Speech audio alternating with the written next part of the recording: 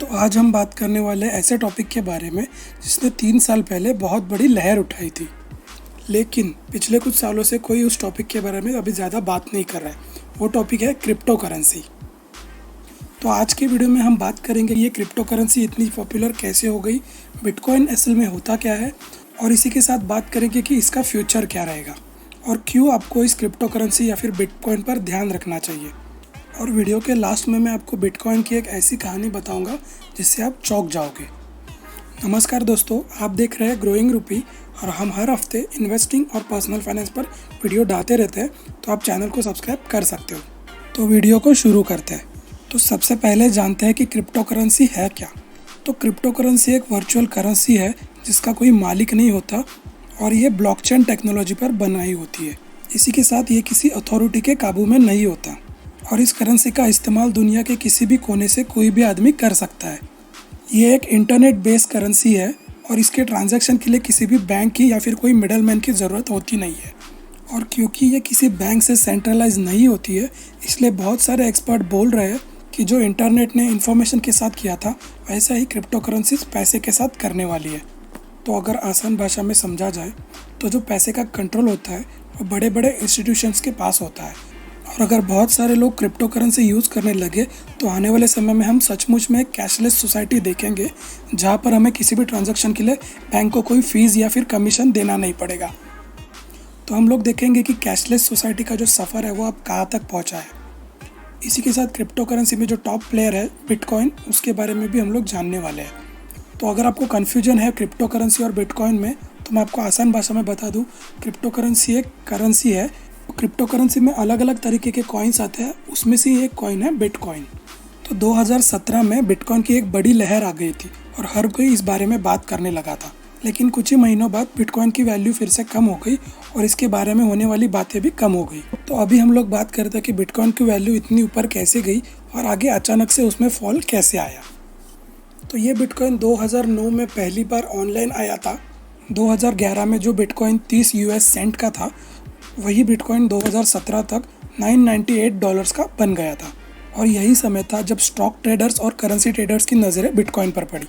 तो जैसे ही लोगों ने बिटकॉइन को ख़रीदना चालू किया, बिटकॉइन की कीमत धीरे धीरे ऊपर जाती गई और ऐसे ही करते 2017 के एंड तक उसकी वैल्यू हो गई थी $19,800 और कई सारे इन्वेस्टर उसको इन्वेस्टिंग की तरह देखने लगे। लेकिन ये ज़्यादा देर तक नहीं रहा और जब 2018 में इसका बबल ब्लास्ट हुआ तब वो उसकी 80% तक की वैल्यू खो चुका था।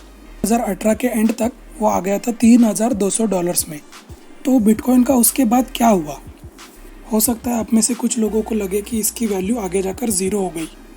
तो मैं आपको बता दूं कि पिछले कुछ सालों में बिटकॉइन में कुछ ज़्यादा फ़र्क नहीं आया, वो $7,000 से $8,000 के बीच में ही घूम रहा है। और अभी कोरोना वायरस के चलते इसकी वैल्यू फिर से नीचे आ गई है। लेकिन आप में से कई लोग ये बात नहीं जानते होंगे कि बिटकॉइन बनाने के पीछे उनका मकसद क्या था। तो अभी तक हमने बिटकॉइन के बारे में बात की एज अ फाइनेंशियल इंस्ट्रूमेंट, जिसमें इन्वेस्टिंग और ट्रेडिंग शामिल होती है।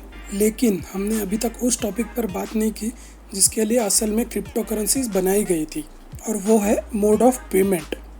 जी हाँ, बिटकॉइन और बाकी के जितने भी क्रिप्टो करेंसीज हैं उनको बनाने का एक ही मकसद था, ताकि हम लोग पेमेंट कर सकें। ऐसी ही एक क्रिप्टो करेंसी है इथेरियम, जिसके फाउंडर है विटालिक, जिन्होंने एक बार ट्विटर पे आके कहा था कि बहुत सारे लोग इथेरियम और बिटकॉइन को एज अ इन्वेस्टमेंट मान रहे हैं, लेकिन बहुत कम लोग हैं जो उसको as a mode of payment मान रहे हैं। तो आप मुझे एक बात बताइए, आप में से कितने लोग ऐसे हैं जो बिटकॉइन या बाकी कोई क्रिप्टो करेंसी से पेमेंट करते हैं? मुझे पता है आप में से बहुत कम लोग होंगे जो बिटकॉइन को एज अ पेमेंट यूज़ करते हैं, क्योंकि बहुत सारी कंपनीज़ है जिनके साथ हम लोग जब ट्रांजैक्शन करते हैं तो बहुत कम कंपनीज ऐसी होती है जो बिटकॉइन को एज अ पेमेंट मेथड मानते हैं। यूएसए में एक वेबसाइट है जिसका नाम है pizzaforcoins.com और इनके थ्रू आप अपने मनपसंद पिज़्ज़ा ऑर्डर कर सकते हो। अमेरिका और यूरोप में कुछ कंपनीज़ है जो बिटकॉइन को एज अ पेमेंट एक्सेप्ट करती है। और अमेरिका के एक बड़ा बिजनेसमैन रिचर्ड ब्रांसन, जिनकी वर्जिन गैलेक्टिक एक कंपनी है जिससे आप स्पेस में ट्रैवल करने के लिए बिटकॉइन से पेमेंट कर सकते हो। एक स्क्वायर नाम की पेमेंट कंपनी है जो कि ट्विटर के फाउंडर जैक डॉर्सी ने चालू की थी। उन्होंने 2019 में एक ट्वीट किया था कि वो $10,000 के बिटकॉइन लेने वाले हैं और ये इतने कॉन्फिडेंट है कि उनको लगता था कि आने वाले समय में बिटकॉइन एक बड़ा प्लेयर बनने वाला है। तो अभी हम अगर इंडिया की बात करते हैं तो यहाँ कुछ 2 या 3 महीने पहले ही बिटकॉइन लीगल कर दिया गया है। लेकिन जो कंपनीज़ है वो बिटकॉइन को एज अ पेमेंट मेथड लेने से इनकार कर रही है और इसके पीछे कुछ साफ रीजंस है।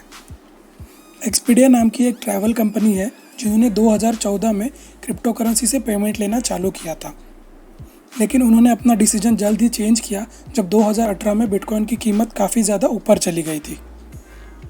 इसी के साथ क्रिप्टो करेंसी की रेपुटेशन भी काफ़ी ख़राब हो चुकी है पिछले कुछ सालों में।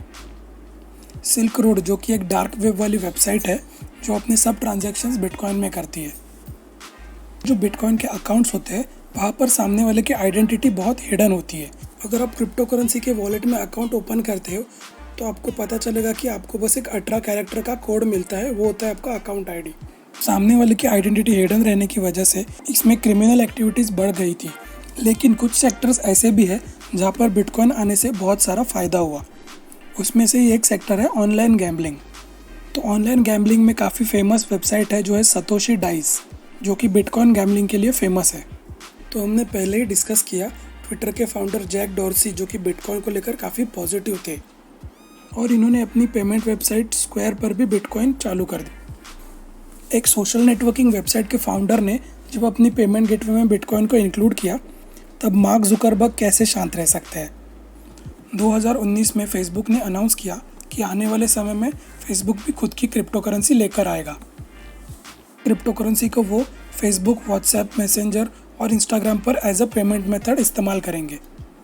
इसी के साथ फेसबुक ने कहा कि ये जो क्रिप्टो करेंसी रहेगी ये वोलाटाइल नहीं रहेगी, मतलब इसमें उतार चढ़ाव कम आएंगे ताकि उसको हम लोग एक मोड ऑफ पेमेंट की तरह यूज़ कर सके।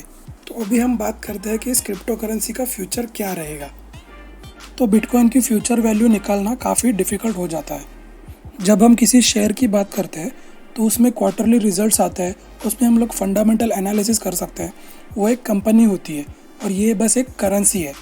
तो जो प्रोफेशनल ट्रेडर्स होते हैं वो अलग अलग एल्गोरिदम्स बनाते हैं स्टॉक या फिर करेंसी ट्रेडिंग के लिए। उनको भी अभी तक बिटकॉइन या फिर बाकी की क्रिप्टो करेंसीज़ के बारे में ठीक से पता नहीं चला है। और इस कोरोना वायरस में बिटकॉइन की वैल्यू फिर से नीचे आ गई है। इससे हमें समझ में आता है कि इसकी वैल्यू हम प्रेडिक्ट नहीं कर सकते। तो इन्वेस्टिंग या फिर ट्रेडिंग के हिसाब से देखा जाए तो इसके बहुत कम चांसेस आते हैं आगे ग्रो होने के। लेकिन अगर हम लोग एक मोड ऑफ पेमेंट की तरह देखें तो आने वाले समय में बहुत सारे लोग हैं जो क्रिप्टो करेंसी इस्तेमाल करना पसंद करेंगे। तो आपको क्या लगता है, क्या आने वाले समय में क्रिप्टो इन ट्रेडिशनल करेंसीज़ की जगह ले पाएगा? आप कमेंट में अपना ओपिनियन लिख सकते हैं। और अभी हम लोग देखेंगे बिटकॉइन की उस चौंका देने वाली स्टोरी के बारे में। तो बिटकॉइन का सबसे पहला पेमेंट हुआ था 2010 में। एक प्रोग्रामर थे लाज़लो हान्यू जिन्होंने 2 पिज़्ज़ा ऑर्डर किए थे 10,000 बिटकॉइंस देकर। तो ये 10,000 बिटकॉइन उन्होंने एक आदमी को दिए थे और उस आदमी ने उनके लिए आगे पिज़्ज़ा ऑर्डर किया था जिसकी कीमत थी $40। और पिज़्ज़ा के लिए $40 काफ़ी आम बात है, लेकिन उन 10,000 बिटकॉइंस की आज की कीमत है $50 मिलियन। तो ये स्टोरी जब बहुत सारे लोगों को पता चली तो हान्यू को लोग बिटकॉइन पिज़्ज़ा गाय के नाम से बोलने लगे।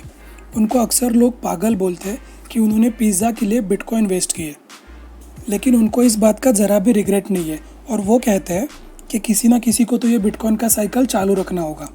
और 50 मिलियन की जगह उनको सिर्फ 2 पिज़्ज़ाज़ मिले और उस बात पर भी वो काफ़ी प्राउड है। तो इस वीडियो से अगर आपको कुछ नॉलेज मिला है तो वीडियो को लाइक कीजिए और चैनल को सब्सक्राइब कीजिए। मैं मिलूँगा आपसे अगले वीडियो में। Thank you.